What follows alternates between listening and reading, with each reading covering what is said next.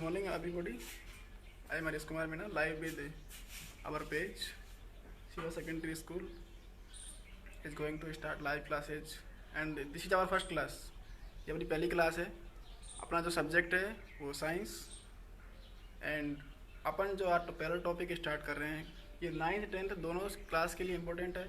तो उसी हिसाब से हमने एक म्यूचुअल टॉपिक इंक्लूड किया है. टॉपिक का नाम है फूड एंड ह्यूमन हेल्थ.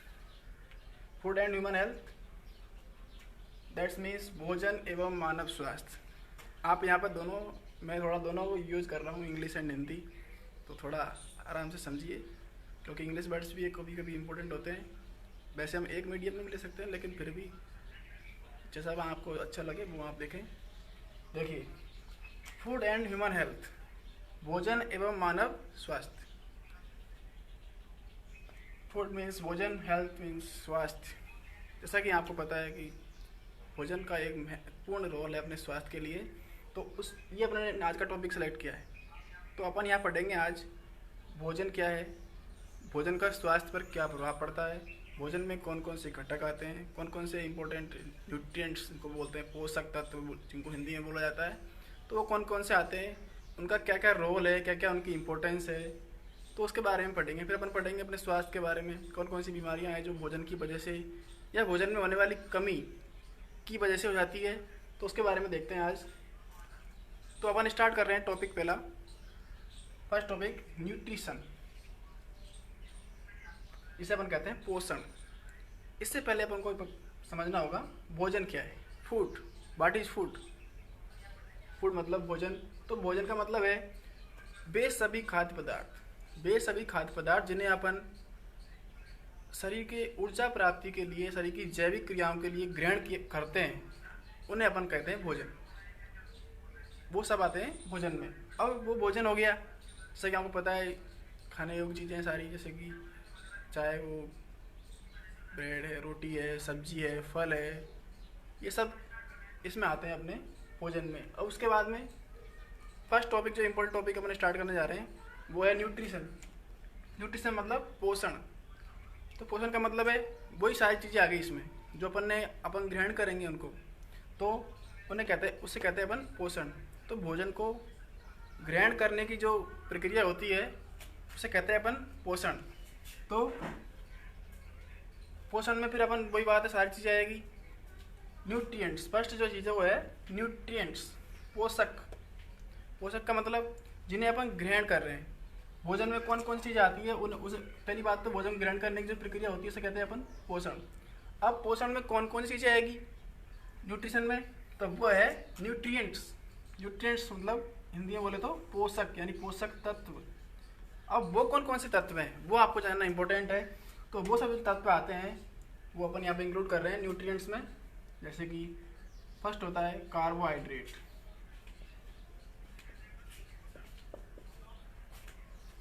दूसरा आएगा इसमें वसा. नाम आपने सभी सुने हैं इनके बारे में विस्तार से बात करेंगे अभी अपन.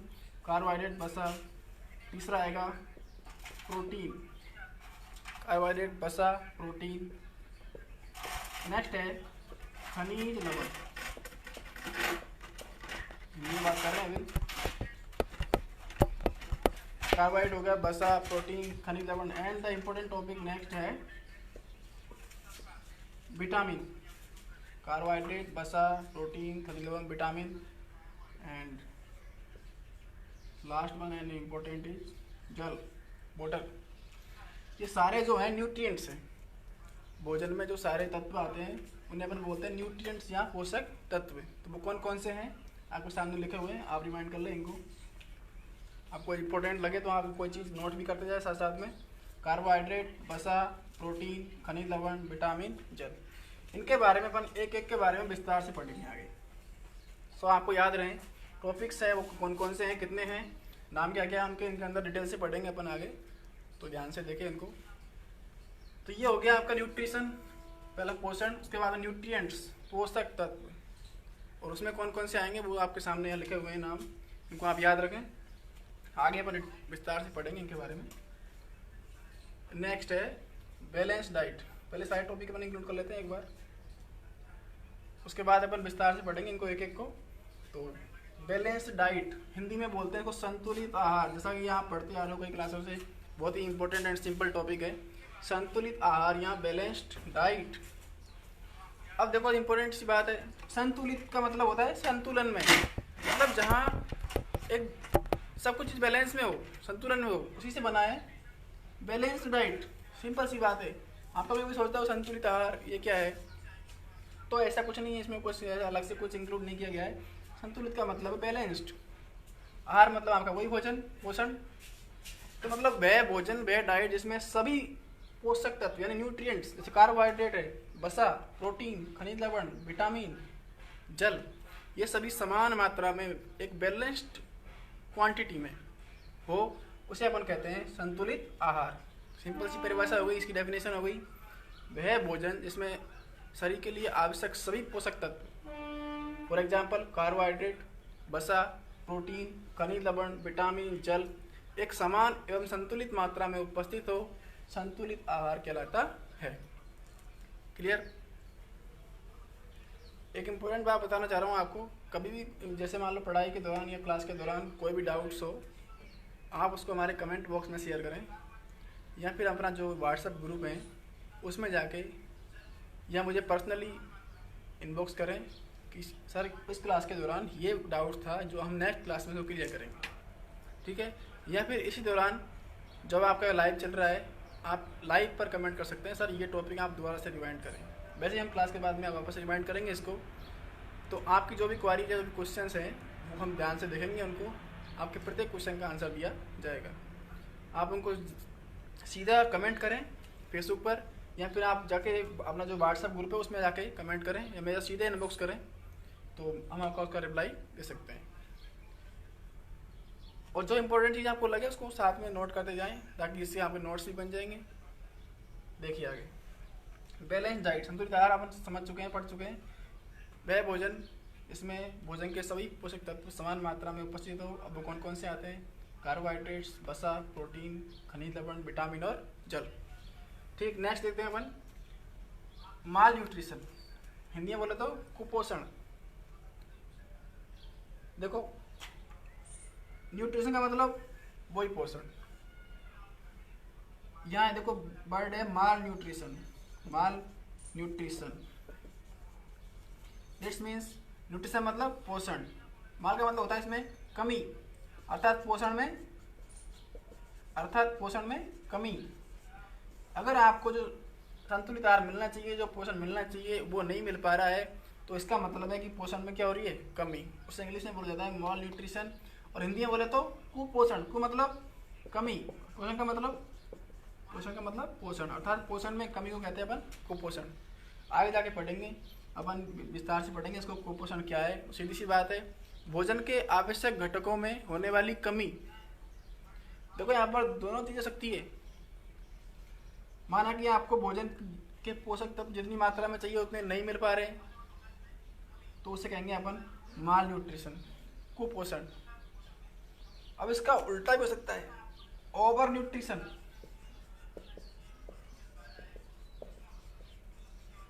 ओवर न्यूट्रिशन मतलब अधिक पोषण, अर्थात पोषण की अधिकता।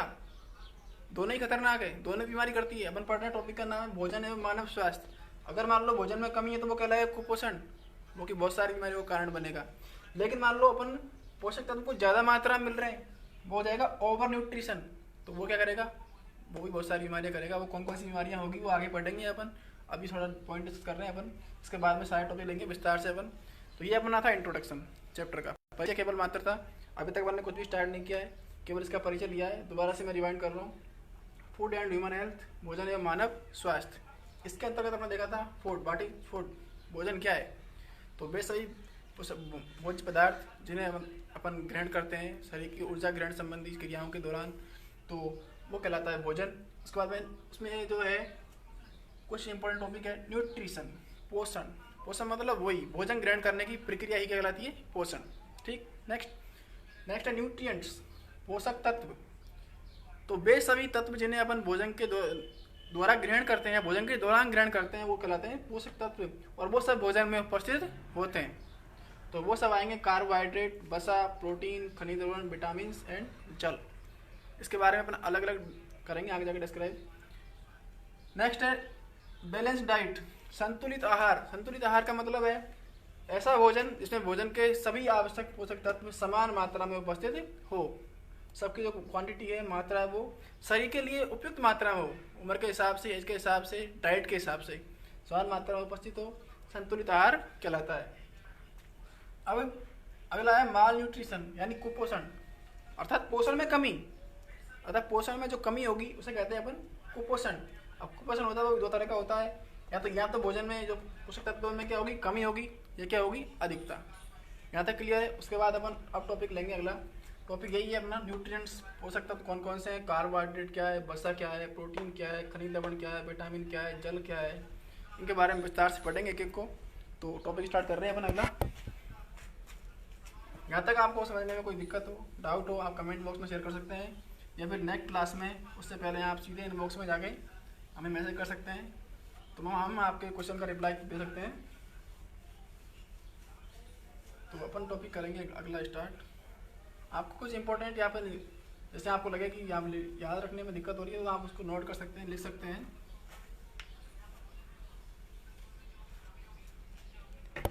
तो टॉपिक अपन स्टार्ट कर रहे हैं। जैसे अपन पोषक तत्व थे, पोषक तत्व पर थे अपन न्यूट्रिएंट्स।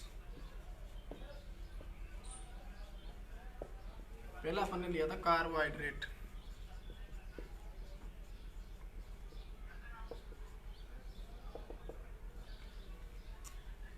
तो कार्बोहाइड्रेट पहला पढ़ेंगे अपन कार्बोहाइड्रेट। सिंपल भाषा में, सिंपल सी भाषा में इसके अंतर्गत जो आता है सिंपल शर्करा या ग्लूकोज, इसे अपन शुगर बोलते हैं। कार्बोहाइड्रेट यानी कुछ पोषक तत्व ऐसे हैं जिनसे अपन को कार्बोहाइड्रेट प्राप्त होता है, और कुछ सिंपल भाषा में बोलते हैं शर्करा, ग्लूकोज, शुगर, शक्कर। अब कौन कौन से ऐसे भोज्य पदार्थ है जिनसे हमको कार्बोहाइड्रेट मिलता है, उसका कार्य क्या होता है। सिंपल सी बात, पहली बात है कार्बोहाइड्रेट का कार्य होता है शरीर को ऊर्जा प्रदान करना है, सिंपल ऊर्जा प्रदान करना। सामान्य रूप से सबसे पहले जो ऊर्जा प्रदान करेगा शरीर को अपन को वो होगा कार्बोहाइड्रेट, और इसके अंतर्गत आते हैं सिंपल सी बात, जो भी अपन भोजन ग्रहण करते हैं सबसे पहले आएगा ब्रेड, रोटी। ये सबसे इम्पोर्टेंट जो अपन भोजन के रूप में सबसे पहले ग्रहण करते हैं, ब्रेड या रोटी, ये सब का सबसे इम्पोर्टेंट एग्जाम्पल है कार्बोहाइड्रेट का। इससे आपको मिलेगा कार्बोहाइड्रेट। सिंपल सी बात है, क्योंकि सामान्य रूप से भोजन में अपन ब्रेड या रोटी ग्रहण करते ही करते हैं, तो इससे अपन को सिंपल शुगर मिलती है, सिंपल ग्लूकोज मिलता है, शर्करा मिलती है। तो ये है कार्बोहाइड्रेट, इसका काम है शरीर को ऊर्जा प्रदान करना। वैसे तो सभी का काम ऊर्जा प्रदान करना होता है, कार्बोहाइड्रेट हो, चाहे वसा हो, चाहे प्रोटीन हो, खनिज लवण हो, चाहे विटामिन हो, लेकिन सबसे पहले जो ऊर्जा प्रदान करेगा वो है कार्बोहाइड्रेट। ठीक, और इसको सिंपल भाषा में बोलते हैं शर्करा, ग्लूकोज या शुगर। दूसरा नेक्स्ट टॉपिक है वसा। वसा को इंग्लिश में फैट भी बोला जाता है, नाम सुना होगा आपने, वसा। देखो वसा का काम भी वही ऊर्जा प्रदान करना, लेकिन कब, जब कार्बोहाइड्रेट उपलब्ध नहीं है शरीर में, तो अपना शरीर जो ऊर्जा ग्रहण करेगा वो कहाँ से करेगा, वसा। अब वसा जो होती है वो कहाँ से मिलेगी अपन को, जितने ही प्रकार के अपन जो तेल हैं, ऑयल्स,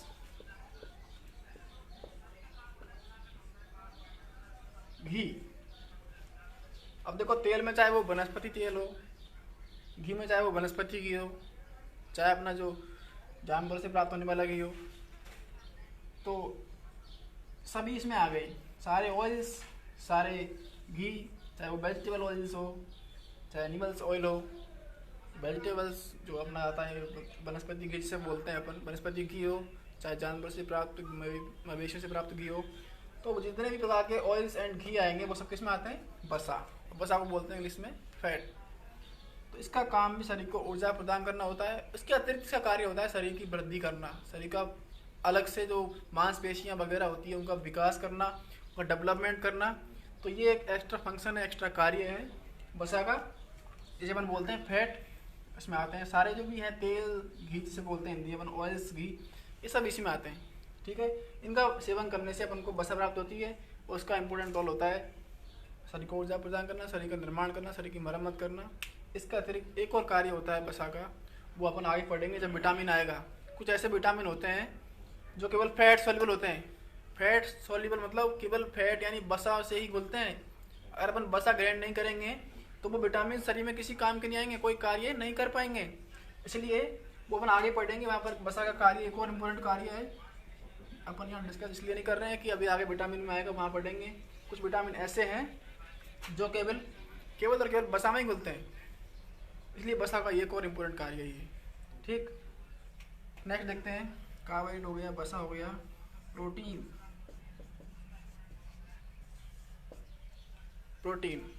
प्रोटीन क्या है? प्रोटीन एक जैविक कार्बनिक पदार्थ है, कंपाउंड है, यौगिक है। तो प्रोटीन जो होता है वो अपन को शरीर में क्या कार्य करता है? प्रोटीन जो होता है उसके सेवन से वही शरीर में मांसपेशियों का निर्माण, उनकी वृद्धि, और सबसे इम्पोर्टेंट बात, शरीर में जो फाइबर्स वगैरह होते हैं, कोलेजन वगैरह होते हैं, जिससे कि शरीर का निर्माण होता है, शरीर की टूट फूट की मरम्मत होती है। मेन बात ये, जैसे मान लो कहीं चोट लग गई, वो घाव हो गया, बाउंड हो गया, वो कैसे भरेगा कैसे नहीं भरेगा, तो उसके लिए जिम्मेदार होता है प्रोटीन। शरीर में प्रोटीन अच्छी मात्रा में है तो अपना जो शरीर की जो हीलिंग पावर है, घाव भरने की शक्ति है, शरीर की जो मरम्मत करने की जो शक्ति है, वो जितनी अधिक होगी। तो मेन और इम्पोर्टेंट कार्य प्रोटीन का शरीर की टूट फूट की मरम्मत करना, शरीर की मांसपेशियों का विकास करना, वृद्धि करना, मसल्स यानी मांसपेशियाँ उनका विकास करना, ये इंपॉर्टेंट कार्य है प्रोटीन का। अब भी प्रोटीन मिलेगा कहाँ से अपन को? इसके स्रोत कौन कौन से हैं? तो प्रोटीन के स्रोत हैं समस्त प्रकार की दालें, समस्त प्रकार की दालें, समस्त प्रकार की दालों से अब हमको मिलता है प्रोटीन। और आपको पता होगा चना जो होता है, चने को दालों का राजा कहते हैं, क्योंकि जितने प्रकार की दालें होती है वैसे उनमें सबसे ज़्यादा प्रोटीन होता है चने में। लेकिन उससे भी ज़्यादा प्रोटीन, यानी सबसे ज़्यादा प्रोटीन तो खैर चने में नहीं होता है, लेकिन सबसे ज़्यादा प्रोटीन होता है सोयाबीन में। चने को दालों का राजा कहते हैं, पर सिंपल सी बात है, ये आपको पता है। लेकिन उससे भी इम्पोर्टेंट बात, सर्वाधिक प्रोटीन किस दाल में या किस पदार्थ या दालों के अंतर्गत किस में पाया जाता है? तो वो आएगा सोयाबीन। जैसे मान लो समस्त दालों का जैसे मान लो 30% से अधिक या 30% जो प्रोटीन होता है वो सोयाबीन से मिलता है, अकेले सोयाबीन में। बाकी आपको पता है दालें बहुत प्रकार की होती है, लेकिन अकेले सोयाबीन में 30% से भी अधिक, 30% के बराबर प्रोटीन पाया जाता है। इसलिए प्रोटीन युक्त आहार का सेवन आपको करना है। अगर प्रोटीन की कमी है तो सोयाबीन का सेवन करें। तो ये सोयाबीन है, सबसे ज़्यादा प्रोटीन सोयाबीन में पाया जाता है। ये बहुत ही इंपॉर्टेंट क्वेश्चन है। एक क्वेश्चन एक लाइन में आता है कि सर्वाधिक प्रोटीन किसमें पाया जाता है? तो वो है सोयाबीन। प्रोटीन के बारे में डिस्कस कर रहे हैं अपन, सभी दालें आ गई इसमें, और सर्वाधिक जो प्रोटीन अपन को प्राप्त होता है वो होता है सोयाबीन से। तो इसके बाद अपन बात करेंगे आगे, यहाँ तक क्लियर?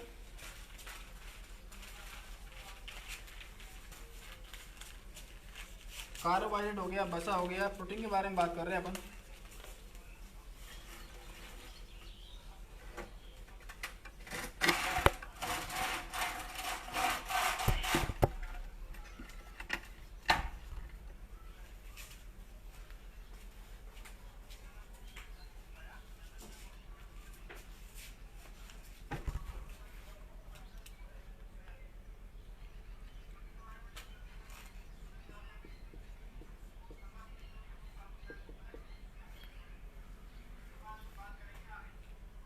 प्रोटीन के बारे में बात कर रहे हैं।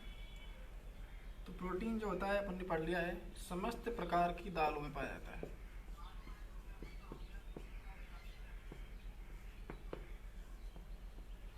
सबसे अधिक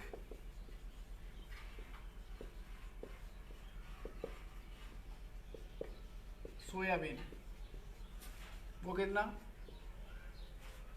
30%। ये वनस्पति प्रोटीन है, वनस्पतिक प्रोटीन जो कि अपन को प्लांट से, पेड़ पौधे से मिलता है। उसके अलावा अगर जंतु से प्राप्त पदार्थों की बात करें तो वो होता है अंडे में सर्वाधिक प्रोटीन पाया जाता है। सर्वाधिक और कंप्लीट यानी पूर्ण protein, complete protein.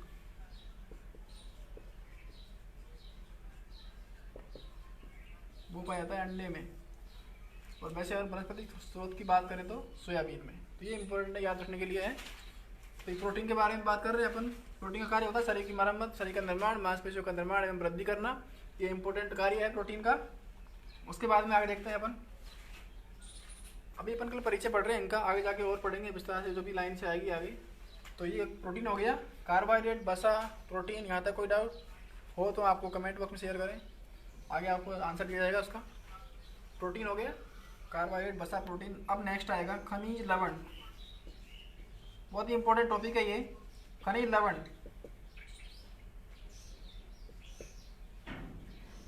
Metallic salt जिनको बोलते हैं, खनिज लवण जो होते हैं जमीनी स्रोतों से निकाले जाते हैं। अब वो कौन कौन से खनिज लवण होते हैं, सबसे इम्पोर्टेंट जो होते हैं वो पढ़ेंगे अपन, यहाँ पर डिस्कस करेंगे। तो खनिज का मतलब है खनिज यानी खनन से, जो कि ज़मीन के अंदर से निकाले जाते हैं। लवण मतलब ये कुछ लवण है। लवण आपको पता होगा, अम्ल और क्षार के मिलने से लवण का निर्माण होता है।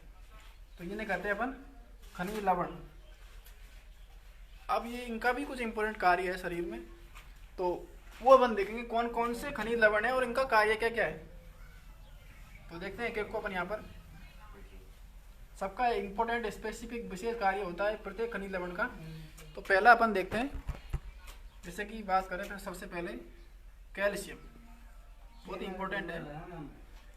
कैल्शियम एक खनिज लवण है, खनिज से प्राप्त होता है अपन को।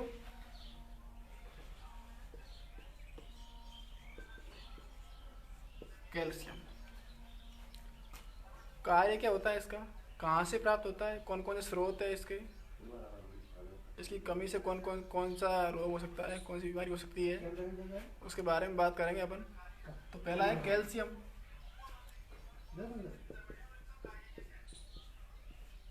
स्रोत, मुख्य रूप से इसका स्रोत जो है दूध, दही। सबसे वैसे बहुत सारे स्रोत है, सभी में कुछ न कुछ मात्रा में मिलता है, लेकिन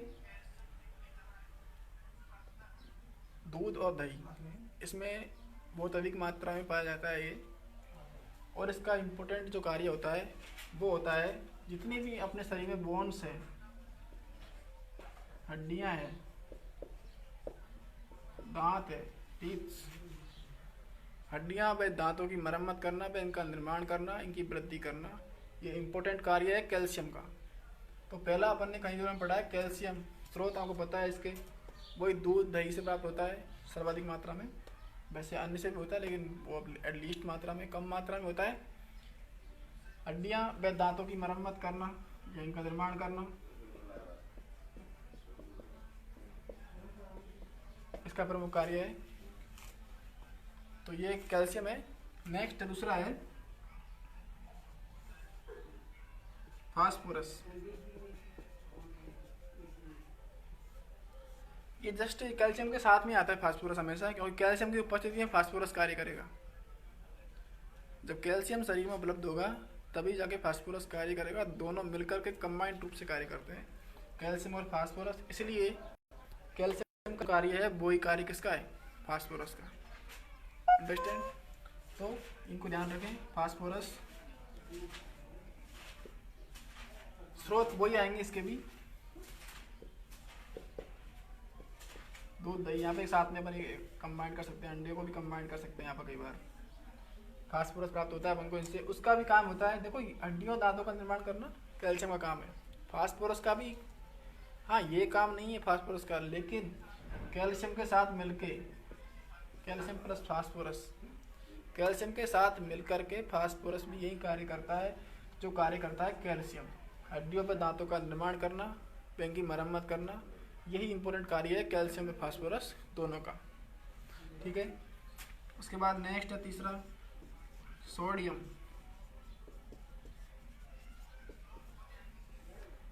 सोडियम प्रतीक देखो मैं साथ में लिख रहा हूँ, Na, फास्फोरस का P, कैल्शियम का Ca, याद रखें, वैसे आपको याद है। सोडियम, सोडियम का स्रोत क्या है, सीधी सी बात है, सबसे इम्पोर्टेंट, सबसे सिंपल, सॉरी, नमक, सामान्य नमक, साल्ट, जो कि नमक से प्राप्त होता है अपन को। सामान्य नमक में सोडियम होता है। सोडियम के बारे में अच्छी तरह पढ़ा है अपन, सोडियम क्लोराइड NaCl, नमक के बारे में लवण है। नमक है। अब इसका कार्य क्या है? हाँ, भोजन का स्वाद बढ़ाना तो एक कार्य है ही इसका। इसके अलावा इसका और भी कार्य है। शरीर में जो भी मसल्स हैं, अपने जो नर्व्स हैं, तंत्रिका कोशिकाएं हैं, तंत्रिकीय आवेगों का नियंत्रण करना। शरीर में आपको पता है संदेशों का आदान प्रदान होता है तंत्रिकाओं के द्वारा। तो तंत्रिके जो आवेग होते हैं, अपन ने पढ़ा होगा जब क्लासों में, न्यूरॉन्स होते हैं इस तरह से। न्यूरॉन्स, तंत्रिका कोशिकाएं होती है इस तरह से, 3 कलर के भाग होते हैं, एक्सॉन, डेंड्रॉन्स। तो इस तरह से एक ये तंत्रिका मान लो, एक इसके लगे भाग है, डेंड्रोइड्स है, ये सेल बॉडी है, ये एक्सॉन है। तो इनसे जब संदेशों का आदान प्रदान होता है, एक ये न्यूरॉन है, एक न्यूरॉन से दूसरे न्यूरॉन में, अगर इस तरह से ये दूसरा न्यूरॉन है यहाँ पर। तो तंत्रिके आवेगों का जो आदान प्रदान होगा एक न्यूरॉन से दूसरे न्यूरॉन में, ये देखते हैं इसको एक बार। इम्पोर्टेंट टॉपिक है।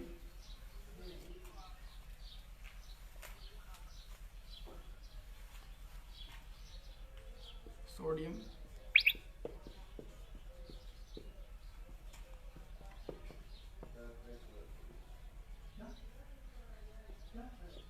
तंत्रिकीय आवेगों का आदान प्रदान करना, ये इम्पोर्टेंट कार्य है इसका। तंत्रिका कोशिकाएं होती है इस तरह से, न्यूरॉन हमने पढ़े हैं। ये एक्सॉन होता है, सेल बॉडी होती है यहाँ पर। इससे अगले न्यूरॉन्स में जो संदेशों का आदान प्रदान होगा तंत्रिकीय आवेगों का, या सिनेप्स के बारे में पढ़ा था, सिनेप्सिस होती है, सिनेप्सिस बोलते हैं इसको। और बाद में पढ़ेंगे विस्तार से, टॉपिक आएगा चैप्टर नंबर 2 पढ़ेंगे अपन। तो ये इम्पोर्टेंट याद रखिए आप, तंत्रिकीय आवेगों का आदान प्रदान करना। तो ये सोडियम है। प्राप्त ताप पोषण का स्रोत जो होता है सामान्य नमक, वैसे अन्य स्रोतों से भी होता है लेकिन जो इम्पोर्टेंट है वो यही है, सामान्य नमक का इम्पोर्टेंट स्रोत है। उसके अलावा अगला है पोटेशियम। पोटेशियम एक ऐसा खनिज लवण है वो, जैसे कि इसका पोटेशियम है, वैसे ये समस्त स्रोतों में पाया जाता है, समस्त भोज्य पदार्थों में पोटेशियम पाया जाता है। ये तो है ही, लेकिन सबसे ज़्यादा जो होता है वो होता है केले में।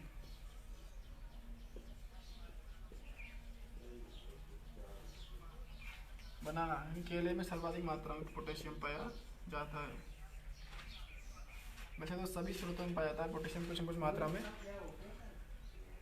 उसका भी वही कार्य है जो कि किसका है, सोडियम का। सोडियम पोटेशियम हमेशा साथ में कार्य करते हैं। पोटेशियम जो होता है अपन आगे पढ़ेंगे, अंतराकोशिकीय जो द्रव होता है उसमें पाया जाता है, और सोडियम जो होता है बाह्यकोशिकीय द्रव में पाया जाता है। तो इसलिए सोडियम और पोटेशियम साथ में मिलकर कार्य करते हैं, और दोनों का कार्य भी वही है। जैसे यहाँ पर देखा अपन ने कैल्शियम और पढ़ा था हमने, कैल्शियम और फास्फोरस दोनों मिलकर साथ में कार्य करते हैं। उस तरह सोडियम और पोटेशियम साथ में मिलकर कार्य करते हैं। दोनों का जो कार्य है वो भी सेम है। तो ये है सोडियम और पोटेशियम। सोडियम का भी वही कार्य है, तंत्रिकीय आवेगों का आदान प्रदान करना।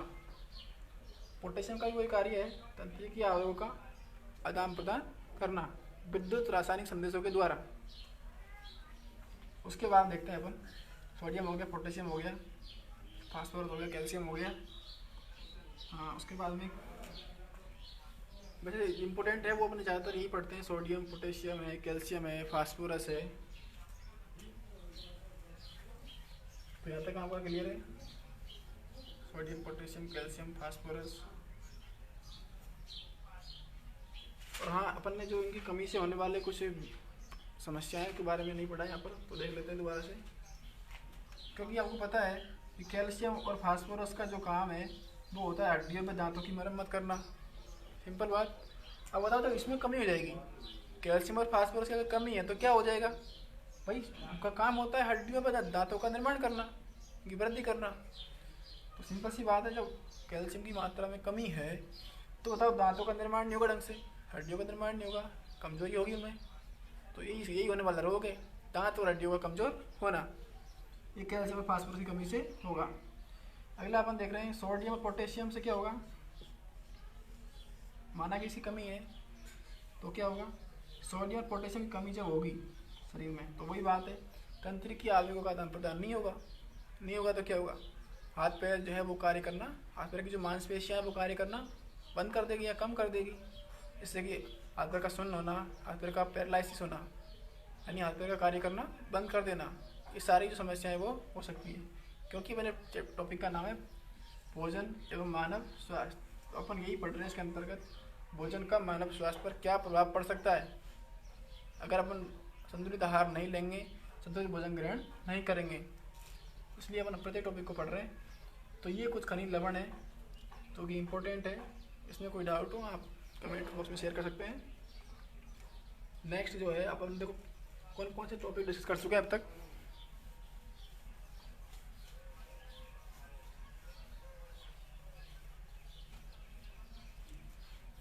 अपन ने अभी तक डिस्कस किया है कार्बोहाइड्रेट,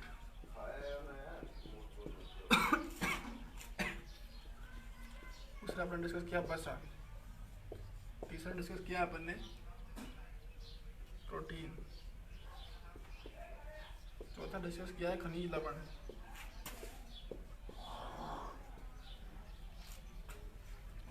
सबसे इम्पोर्टेंट जो टॉपिक है स्किन के भी अंतर वो एक अगला टॉपिक है, वो है विटामिन। बहुत ही इम्पोर्टेंट है, इसमें से ज़रूर क्वेश्चन पुटअप किया जाता है। विटामिन किसे कहते हैं, विटामिन के कितने प्रकार होते हैं, कौन कौन से प्रकार हैं, किसकी कमी से कौन सा रोग होता है, ये इम्पोर्टेंट क्वेश्चन हर बार पूछा जाता है। तो इसके बारे में डिस्कस करेंगे अभी। तो यहाँ तक क्लियर। तो नेक्स्ट देखते हैं विटामिन्स। विटामिन्स क्या है, विटामिन्स कौन कौन से होते हैं, सबका कार्य क्या है अलग अलग, इनकी कमी से कौन कौन से रोग होते हैं, क्या क्या इनका उपाय है, क्या क्या उपचार करना चाहिए। इम्पोर्टेंट क्वेश्चन है, एक क्वेश्चन पूछा ही जाता है। एक विटामिन के बारे में क्वेश्चन है 101% आता है कि इस विटामिन, या फिर रोग के बारे में बोल लेते हैं ये रोग क्या है, या विटामिन ए की कमी से कौन सा रोग होता है, विटामिन डी की कमी से कौन सा रोग होता है, विटामिन सी की कमी से कौन सा रोग होता है। तो ये सारे क्वेश्चन का आंसर आपको मिलेंगे अभी, ध्यान से देखिए इसको। नेक्स्ट टॉपिक है विटामिन। विटामिन क्या है, सबसे पहले तो विटामिन है क्या।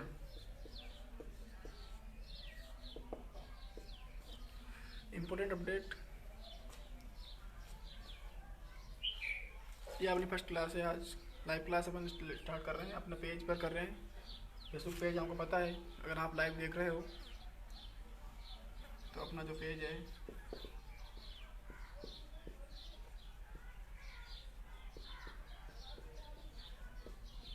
ये अपने पेज पर आप लाइव देख पा रहे हो। फर्स्ट क्लास है आज अपनी, टॉपिक अपना है फूड एंड ह्यूमन हेल्थ। अभी अपन ने शुरुआत की है लाइव क्लास की, बहुत कम लोग जुड़ पाए हैं।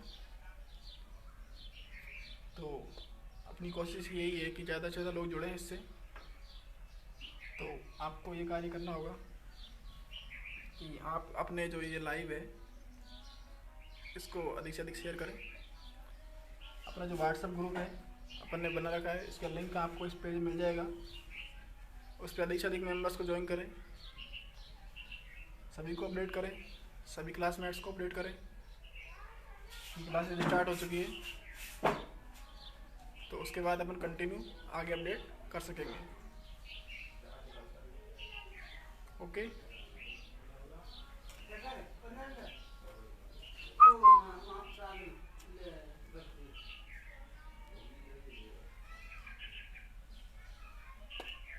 विटामिन के बारे में बात कर रहे हैं। विटामिन क्या है, तो विटामिन ऐसे कार्बनिक पदार्थ हैं, विटामिन ऐसे कार्बनिक पदार्थ हैं जिनकी मानव शरीर को बहुत ही सूक्ष्म मात्रा में आवश्यकता होती है, बहुत ही सूक्ष्म मात्रा में आवश्यकता होती है। लेकिन शरीर की जैविक क्रियाओं के नियंत्रण, शरीर की जैविक क्रियाओं के नियंत्रण व समन्वय, उनके वृद्धि, विकास और शरीर की सुरक्षा के लिए बहुत ही इम्पोर्टेंट, बहुत ही आवश्यक होते हैं। इन सबको अपन कहते हैं विटामिन। दोबारा से सुनिए, विटामिन क्या है। विटामिन वे कार्बनिक पदार्थ है जिनकी शरीर को अल्प मात्रा में आवश्यकता होती है, लेकिन शरीर की निर्माण, वृद्धि, विकास एवं सुरक्षा के लिए बहुत ही महत्वपूर्ण यानी आवश्यक होते हैं। तो ये विटामिन है। अब विटामिन के कार्य क्या क्या होते हैं, कौन कौन से विटामिन होते हैं। पहली बात तो कार्य विटामिन के तो अपन देख रहे हैं यहाँ पर। वृद्धि, विकास, सुरक्षा, शरीर का निर्माण, ये विटामिन के कार्य होते हैं। अब विटामिन कौन कौन से हैं?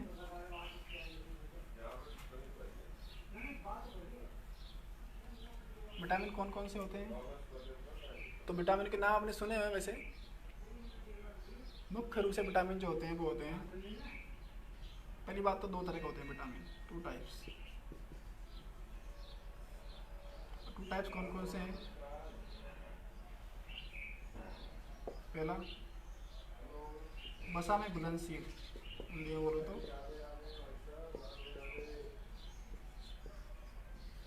और दूसरा कौन सा होगा? जो वसा में नहीं घुलते हैं, यानी वसा में अघुलनशील।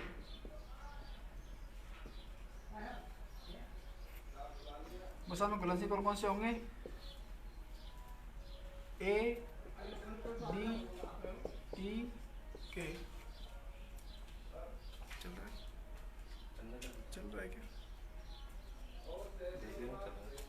वसा में घुलनशील ए, डी, ई, के, ये जो विटामिन हैं ये हैं वसा में घुलनशील, अर्थात ये वसा में घुलते हैं, वसा में घुलने योग्य होते हैं और तभी जाकर शरीर में कार्य करते हैं। ए, डी, ई, के। इसके अलावा बचे vitamin B and C. Vitamin B और सी। तो वसा में घुलनशील जो विटामिन होते हैं, vitamin A, vitamin D, vitamin E और विटामिन के, ये वसा में घुलने योग्य और वसा में घुलनशील होकर ही शरीर में क्रिया करते हैं। दूसरा है वसा में अघुलनशील, वो है विटामिन बी और विटामिन सी। इनके भी आगे सब टाइप्स हैं, इनके भी आगे ग्रुप हैं, आगे प्रकार हैं। ध्यान से देखिए इधर, पहले अपन पढ़ेंगे वसा में घुलनशील विटामिन, उनके स्रोत, उनकी कमी से होने वाले रोग, सारे एक एक पढ़ेंगे, डिस्कस करेंगे अपन यहाँ पर। और हर एक इम्पोर्टेंट है, सबसे इम्पोर्टेंट जो क्वेश्चन है वो विटामिन से बनते हैं और सबसे सिंपल टॉपिक वो विटामिन है, सबसे इम्पोर्टेंट टॉपिक भी विटामिन है। इसमें सारे जो अपने न्यूट्रिएंट्स हैं तत्व जो पढ़े हैं, सारे पोषक तत्व जो हमने पढ़े हैं उसमें जो इम्पोर्टेंट है वो न्यूट्रिशन में जो है न्यूट्रिएंट्स, और उसमें भी इम्पोर्टेंट है वो विटामिन है। मैं फिर रिमाइंड कर रहा हूँ, important most important topic of today's class is vitamin. पहला देखते हैं विटामिन ए।